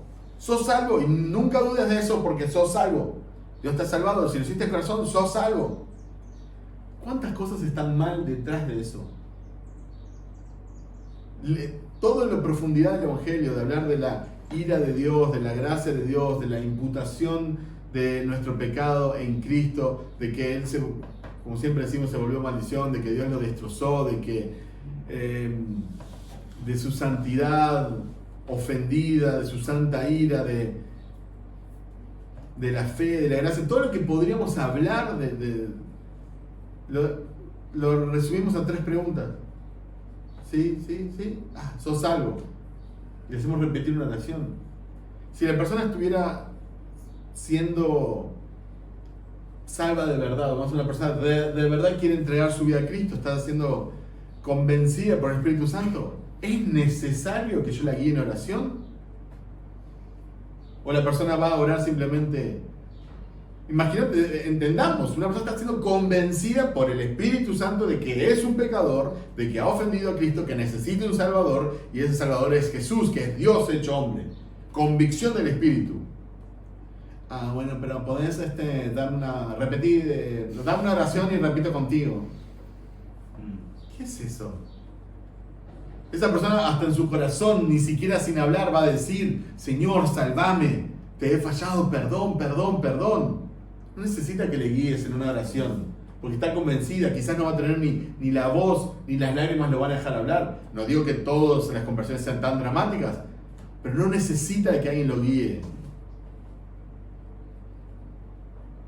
Entonces tenemos que entender qué es lo que estamos enseñando cuando decimos repetir una oración conmigo. Y después le decimos, si lo hiciste de corazón, sos salvo. Pero yo no confío en mi corazón y no debo confiar en mi corazón, porque mi corazón es engañoso más que todas las cosas. Ahora, no significa que yo estoy dudando de mi salvación todos los días, pero mi confianza no está en mi seguridad o en lo que yo siento, mi sentimiento o en mi honestidad. Está en la palabra de Cristo, que la palabra me dice, todos los que creen en Cristo son salvos, todos los que vienen a mí no los echo fuera. Bueno, yo confío en eso. Confío en su gracia. No es mi permanencia en Cristo la que me salva, es su permanencia en mí la que me salva.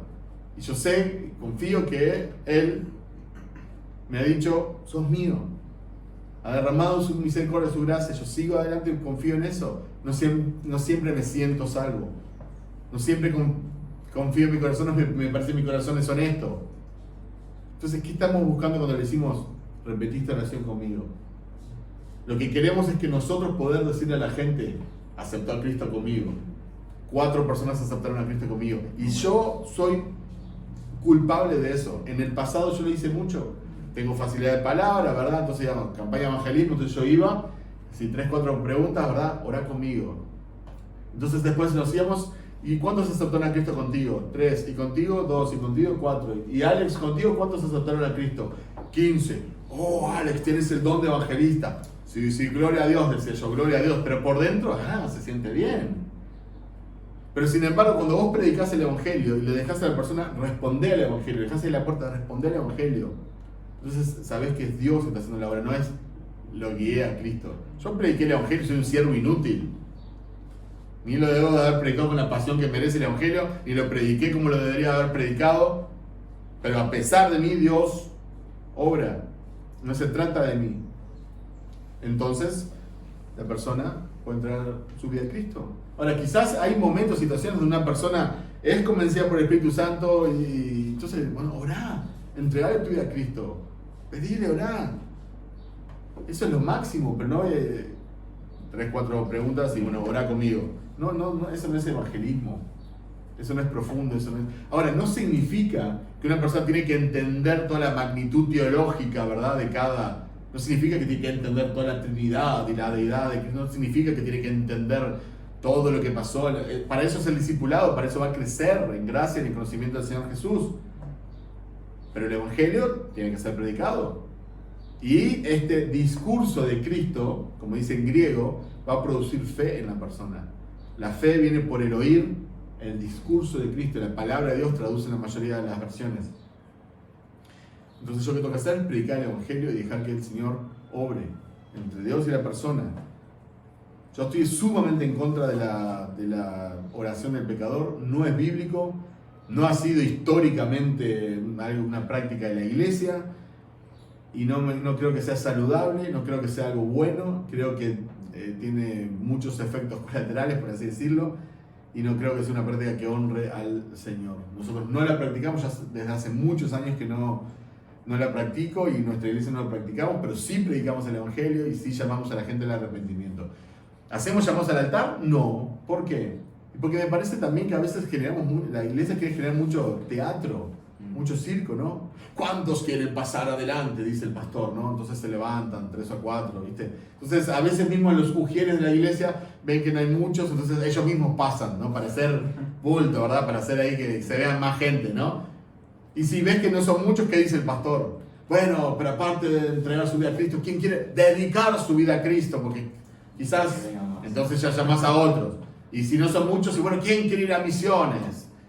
¿Y quién quiere ser pastor? Seguís llamando hasta que se te llenó, porque necesitas ver que la gente está casi que postrada delante tuyo frente a tu mensaje para sentirte bien y decirle, oh, qué culto poderoso, mira cuánta gente pasó al frente. Hay gente que pasa todos los domingos a la iglesia. Hay gente que pasa todos los días al altar a arrepentirse de algo, a dedicarse de algo, a rededicarse. o a recibir oración o administración de un pastor o de una visita. Eso no es sano, no es una práctica que encontramos en las Escrituras. Acercaos confiadamente al trono de la gracia de Dios. Y vos desde el banco donde estás, si hay una predicación cristocéntrica, expositiva, que se basa en las Escrituras, ¿verdad? Y hay un llamado al arrepentimiento, a poner la fe en Cristo, un llamado evangelístico, obviamente la persona donde está puede poner su fe en Cristo. Ahora, obviamente, entiendo que a veces los pastores preguntan para saber si alguien tomó la decisión de seguir a Cristo, puedo entender las intenciones, pero acá estamos tratando de ver todo en general. Nos hemos apartado mucho de lo que es la palabra de Dios. Entonces tenemos que volver a la palabra de Dios, volver a la predicación, ¿verdad? Imitar a Cristo, que usan los profetas, que confrontaban el pecado, los apóstoles, ¿verdad? Tenemos que volver a las Escrituras. ¿El cristiano va a tener una vida fácil o hay algún costo de ser cristiano, de seguir a Cristo? Porque se vende muchas veces como algo que va a aliviar, va a traer alivio, te va a hacer la vida más fácil. Cuán ignorantes son a veces muchos los que profesan ser cristianos. Y lo digo con respeto, pero qué ignorantes, ¿no? Porque anda a predicar eso a Corea del Norte, anda a predicar eso a Pakistán, Afganistán, anda a predicar eso a Arabia Saudita, anda a decirle a un cristiano: aceptá a Cristo y vas a ser hijo del rey, Dios te va a prosperar y todo te va a ir bien y todo lo que emprendas te va a ir bien y todo va a prosperar y donde pise la planta de tus pies. Anda a predicar eso en Corea del Norte, donde escriben a veces la Biblia en pedacitos de papel higiénico y cortan pedazos de Biblia y le andan escondiendo y los meten presos, los torturan y los matan. ¿Cuántos cristianos perdieron su vida en la historia? Lo que pasa es que estas personas son ignorantes. Ignoran el Evangelio de Cristo, ignoran la historia de la iglesia, ignoran la situación de la iglesia perseguida de hoy en día, ignoran a Cristo, quien dijo que por mi causa los perseguirán. Ignorantes son. Y no son víctimas, son ignorantes porque quieren, porque tienen Biblia, porque tienen internet, pero no les importa la salvación y no les importa a Cristo. Por eso cambian por el Evangelio de la prosperidad, por lo que quieren es prosperar ellos. ¿Cómo puede ser? Evangelio no es, ya sabemos, pero ¿cómo puede ser Evangelio la prosperidad si solo los que prosperan son los apóstoles modernos y los profetas y los pastores falsos? La gente no prospera. A mí, y yo me apasiono porque me duele. Hay gente en nuestra iglesia, el otro día predicamos sobre el diezmo, la no necesidad de diezmar en el Nuevo Testamento, y personas que nos comentan que estaban en otras iglesias muy populares acá en nuestro país, que tuvieron que dejar sus anillos de boda, que entregaron terrenos, que entregaron casas y no tienen nada. Y a mí, ¿cómo no me va a doler eso? ¿Cómo no me va a doler eso? Nadie los obligó, ellos también en su ignorancia obraron y obviamente, bueno, que Dios use eso todo para su honra y gloria. Pero a mí no me gusta. Entonces hay gente que está siendo engañada. Entonces a mí no me gusta porque yo amo el Evangelio. El Evangelio me salvó. Entonces yo tengo que predicar el Evangelio. Entonces cuando le dices a alguien que va a prosperar, que va a ser rico, que es hijo del rey, que le va a ir todo bien, que declare, que decrete, eso es brujería e ignorancia. O sea, si sigo hablando voy a poner a insultar porque me parece, y no quiero obviamente pecar contra la santidad del Señor, pero es una tontería que en la época que vivimos, ¿verdad? ¿Por qué no van todos estos pastores, apóstoles modernos? ¿Por qué no van a predicar eso? ¿Por qué no hacen misiones? ¿Por qué no van al norte de África? ¿Por qué no van al Medio Oriente? ¿Por qué no van a países budistas, hinduistas, musulmanes, donde están radicales, donde hay... ¿Por qué no van ahí a predicar? Si Dios los prospera y todo lo que pise la planta de su pie va a estar bien, ¿por qué no van ahí a predicar? ¿Por qué no abren estos países que son de acceso restringido? Solo el Evangelio verdadero llega ahí, porque llega en las bocas y en los pies de cristianos verdaderos, que aman más a Cristo de lo que se aman a sí mismos, que están dispuestos a perder su vida, sus familias, su economía. Esos son los cristianos que, en lugar de poder estudiar una carrera para hacer dinero, estudian teología. Son los que pudiendo tener un montón de bienes materiales, ofrendan para la obra misionera. Esos son los que llegan a Corea del Norte, esos son los que llegan a los países restringidos, no el mal llamado evangelio de la prosperidad. Pero ellos, si no se arrepienten, van a tener su merecido. Van a tener su merecido, y también todos aquellos que los siguen, los escuchan, porque voy a citar una vez más a Paul Washer, como él dice, estos falsos profetas, falsos maestros, son el juicio de Dios para estas personas. Estas personas no son víctimas. Alguna persona puede ser engañada, obviamente, y en tiempo se va a dar cuenta y va a salir. Pero estas personas quieren que les digan, sos un campeón, todo te va a ir bien. No quieren que les salen del costo seguir a Cristo. Seguir a Cristo tiene un costo, la salvación es gratuita, la salvación es por gracia. Pero seguir a Cristo tiene un costo. Y un corazón regenerado, un corazón que ha sido cambiado, es un corazón que va a buscar agradar al Señor y seguirlo y amarlo. Y eso va a tener un costo muy alto.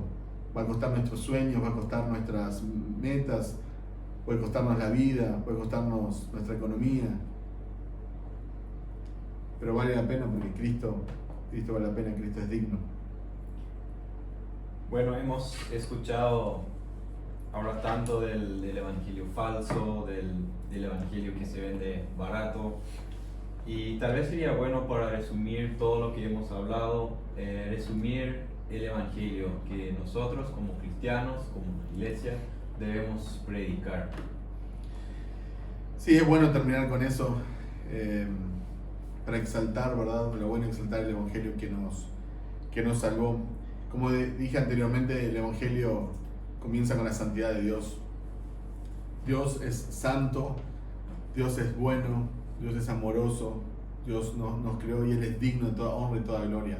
Pero nosotros, voluntariamente, hemos dado la espalda a nuestro Dios. Nosotros amamos el pecado y amamos hacer lo malo y amamos quebrantar su ley. He compartido hace poco sobre Agustín en su libro Confesiones. Él tiene una historia muy interesante. Él cuenta cuando era joven y robó peras, ¿sí? Y él dice, ¿no? Yo probé las peras, pero la mayoría se las tiramos a los cerdos. Dice, las peras ni siquiera eran muy buenas. Yo tenía peras mejores en mi casa. Dice, pero ¿por qué robé? Para sentirme un ladrón. Porque ¿qué es lo que hay detrás de todo acto pecaminoso? Es una ofensa contra el dador de la ley. Entonces, las personas que nos están escuchando, y como todos nosotros, ¿verdad?, que hemos ofendido a Dios de muchas maneras, lo que tenemos que comprender es que en lo profundo de nuestro corazón, más allá que nosotros lo camuflemos, digamos, o somos ateos, o somos agnósticos, o no creemos en Dios, o Dios no existe, o en lo profundo de nuestro corazón, nosotros sabemos que hay un Dios, pero nosotros no queremos someternos a su ley. Nosotros no queremos someternos porque no nos importa su corazón, porque nosotros queremos ser dioses para nosotros mismos. Nosotros queremos constituirnos. Por eso nosotros nos hacemos dioses a nuestra imagen y semejanza, porque detrás de cada ídolo, la imagen que queremos adorar es la nuestra. Nosotros pudiendo adorar al Dios creador, que es bueno, que es santo, que es amoroso, que es perfecto, que es puro, nosotros le damos la espalda y nos terminamos adorando a nosotros mismos, o adorando parte de la creación, como esa excusa, ¿verdad?, de adorarnos a nosotros mismos. Pero Dios, que es rico en misericordia, a pesar de que nosotros estábamos muertos en delitos y pecados, porque la consecuencia de haber ofendido a Dios es la separación de Él, es la muerte eterna, es la condenación eterna, es estar privados de la gloria de Dios, es no tener acceso a su gloria. Por eso la gente no tiene esperanza. Se llena de cosas, los vicios, puede tener todos los bienes materiales que quiera, pero en lo profundo del corazón demanda eternidad, porque Dios dice que Eclesiastés 3:11 nos hizo con eternidad en nuestro corazón. Entonces solo lo eterno va a satisfacer nuestro corazón.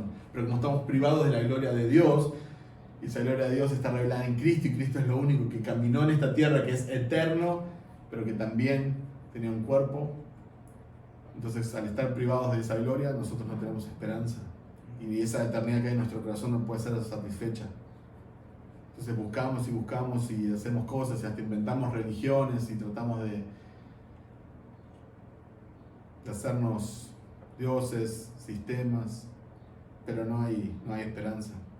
Entonces, como no había esperanza aparte de Dios, como Él es misericordioso, Él se hizo hombre en la persona de Jesús y como hombre vivió una vida perfecta y cumplió la ley, su ley, la ley de que ningún hombre podía haber cumplido. Pero a pesar de haber cumplido la ley como hombre, Él tomó nuestro castigo. Y de todos aquellos hombres que Él dijo, sos mío, y que decidió tener misericordia y los hizo objetos de su amor, todo ese pueblo que quiso juntar en una propiedad privada, Él pagó el pecado. Por eso Dios Padre dice que lo destrozó en Isaías 53, y como mencionábamos anteriormente, Él se hizo maldición por nosotros, porque estaba tomando todo el pecado de aquellas personas que iban a creer en Él. Mi pecado, aún lo que peco hoy en día, lo que voy a pecar mañana, es lo que estaba separando al Padre del Hijo. Él dijo en la cruz, ¿verdad? Elí, Elí, lama sabachthani. Dios mío, ¿por qué me has desamparado?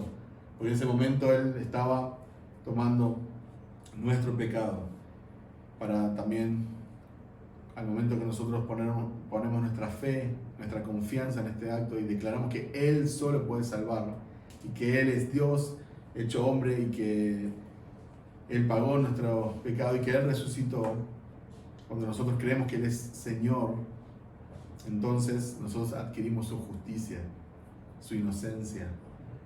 Entonces nosotros tenemos esperanza ahora porque ya no estamos privados de su gloria. Ya tenemos acceso ahora. Y esa venda que un día Satanás tenía en nosotros y no nos permitía ver cuán glorioso es Cristo, ahora nosotros podemos ver su hermosura. Podemos acceder a su trono de la gracia confiadamente. Podemos tener comunión con Él. Y sabemos que el día que nosotros muéramos, vamos a estar por toda la eternidad junto a Él. ¿Por qué? Porque el pecado que tendría que ser castigado en el infierno ya fue castigado en la cruz.